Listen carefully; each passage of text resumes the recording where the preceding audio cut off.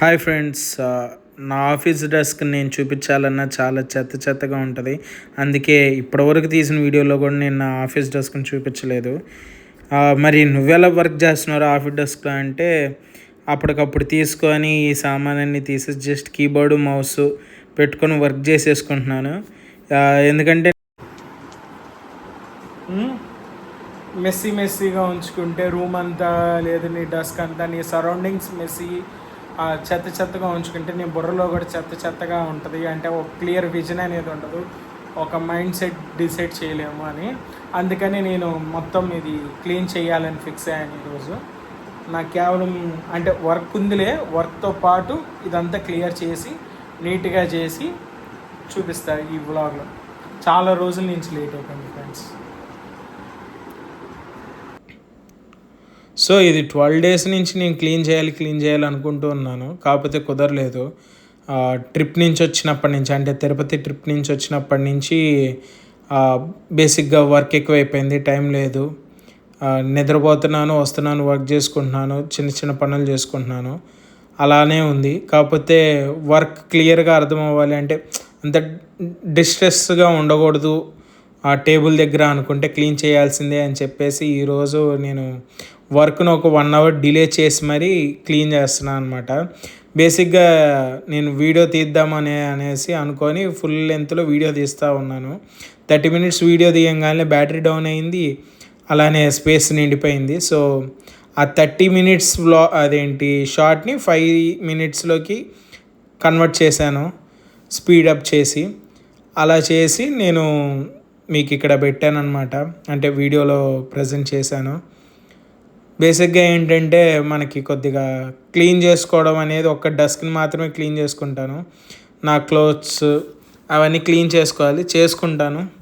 Upcoming డేస్లో అవి కూడా క్లీన్ చేసుకొని వాటిల్లో కూడా దాన్ని కూడా ఒక కంటెంట్గా రికార్డ్ చేసి యూట్యూబ్లో పెట్టుకుంటాను అనమాట. ఎందుకంటే బేసిక్గా మనకి ఏది పెట్టాలి అనే దానికంటే ముందు కొద్దిగా అన్నీ చెక్ చేయాలి కాబట్టి చెక్ చేస్తూ ఉంటున్నా.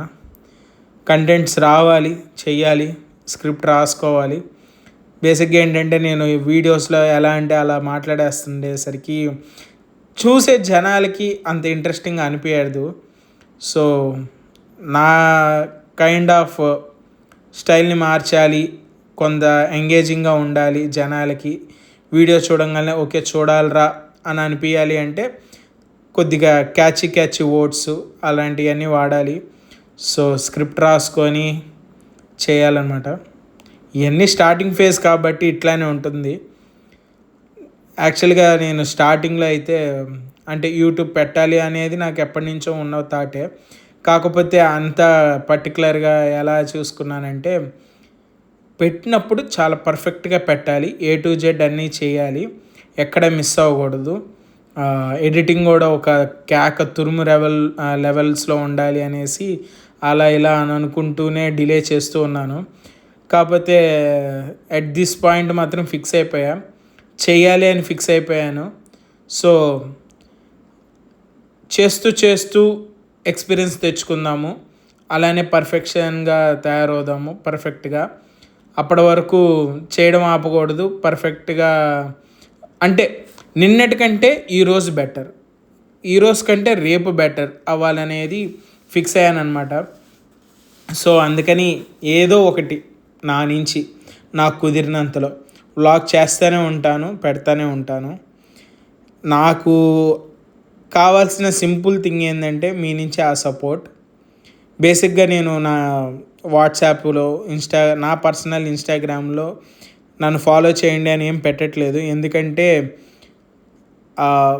నా ఫ్రెండ్స్కి తెలుసు అనమాట. అంటే నా ఫ్రెండ్స్ అని కాదు, ఎవరికైనా కానీ బేసిక్గా వీడియో ఏం చేస్తాడులే, వీడియో ఏం చూస్తాడులే, అండ్ నా వే ఆఫ్ టాకింగ్ ఏంటో తెలుసు కాబట్టి వాళ్ళకి అంత కొత్తగా అనిపించకపోవచ్చు.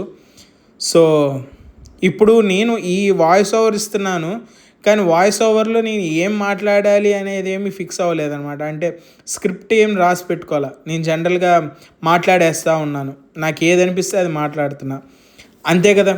నేను స్టార్టింగ్లో కూడా అదే అనుకున్నాను, నా వే ఆఫ్ టాకింగ్ అంటే నాకు ఏది అనిపిస్తే అది మాట్లాడాలి, కాకపోతే కొద్దిగా పద్ధతిగా మాట్లాడాలి. అనేదే కాన్సెప్ట్. కాబట్టి ట్రై చేస్తున్నాను. ట్రై చేసి ఇంప్రూవ్ అయ్యి మీ నుంచి ఆ ఫాలోయింగ్ సపోర్ట్ అలానే ఉండాలని కోరుకుంటూ, సో రాబోతున్న అప్కమింగ్ వీడియోస్లో ఇలానే కొద్దిగా ఎక్స్పీరియన్స్ తెచ్చుకొని ప్రొఫిషియన్సీగా కంటెంట్ క్రియేట్ చేయాలి.